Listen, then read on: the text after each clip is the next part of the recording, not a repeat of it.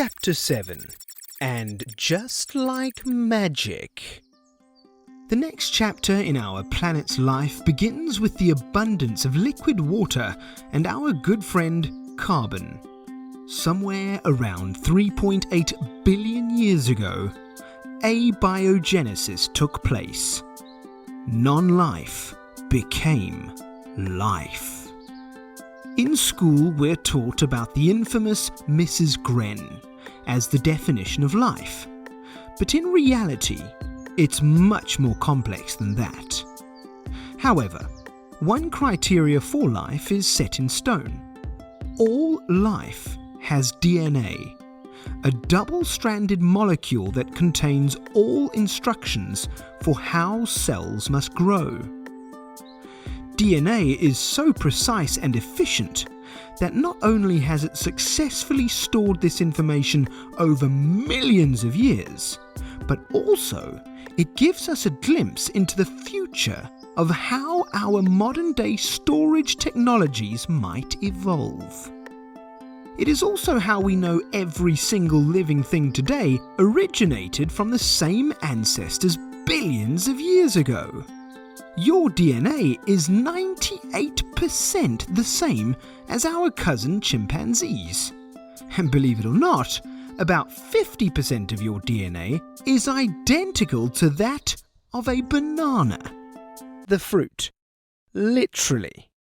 Nonetheless, scientists still don't unanimously agree on the definition of life, let alone how life started. Some believe life emerged in little ponds and some believe life came from outer space on an asteroid. However, the most likely theory suggests that near the ocean beds, underwater steam vents provided the energy for chemicals to evolve into the first primitive life forms. We can probably never know how it exactly happened, but we know for a fact that carbon was the main character involved. See, carbon is one of the most flexible elements we know of. It allowed all other elements that were abundant on Earth to come together, creating large, complex molecules that could sustain life. Carbon was the glue it needed. Thus, the first life forms emerged as carbon-based, self-replicating, single-celled organisms. They were extremely simple compared to today's standards, but compared to stars and everything else that came before them, it was miraculously complex. And like that, biology was invented. Today, it's pretty easy to take it for granted how stupendously improbable life is. Even though we know now that it's far more likely to win the lottery than to be born, both are nothing compared to the odds of life existing altogether. Let's put things into some perspective, shall we? Amino acids combine to make proteins, and proteins are the building blocks of life. That's a fact. But for proteins to exist, you need to align amino acids exactly in the right order. For example, if you want to write the word dog, you must put the letters in exactly the right order. If not, you get anything but the word dog.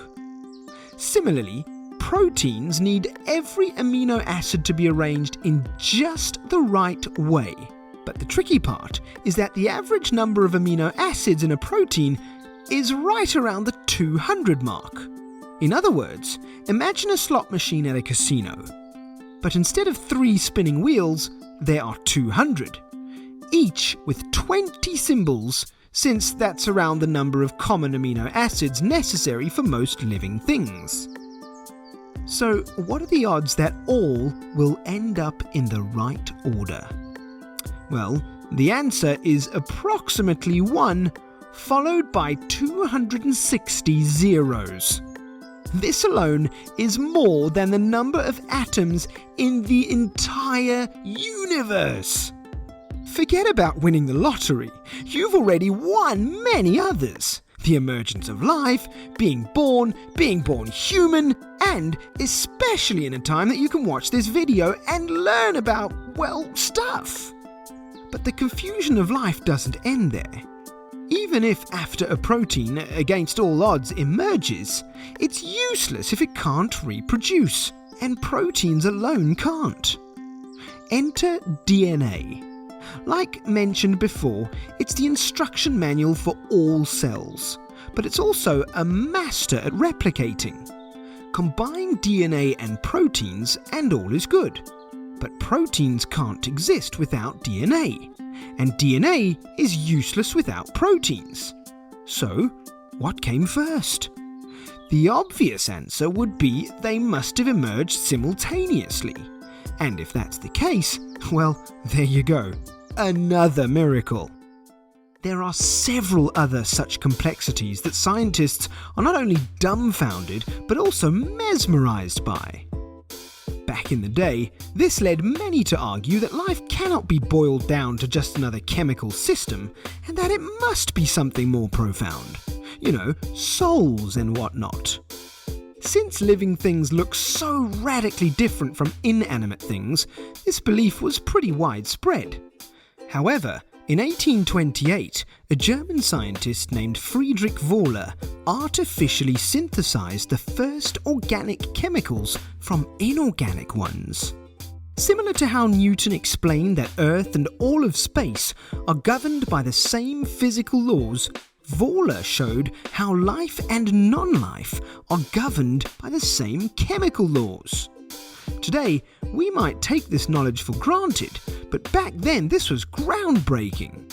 It was the first time that there was concrete proof that life must have emerged from non-life via chemical processes that were discoverable by science.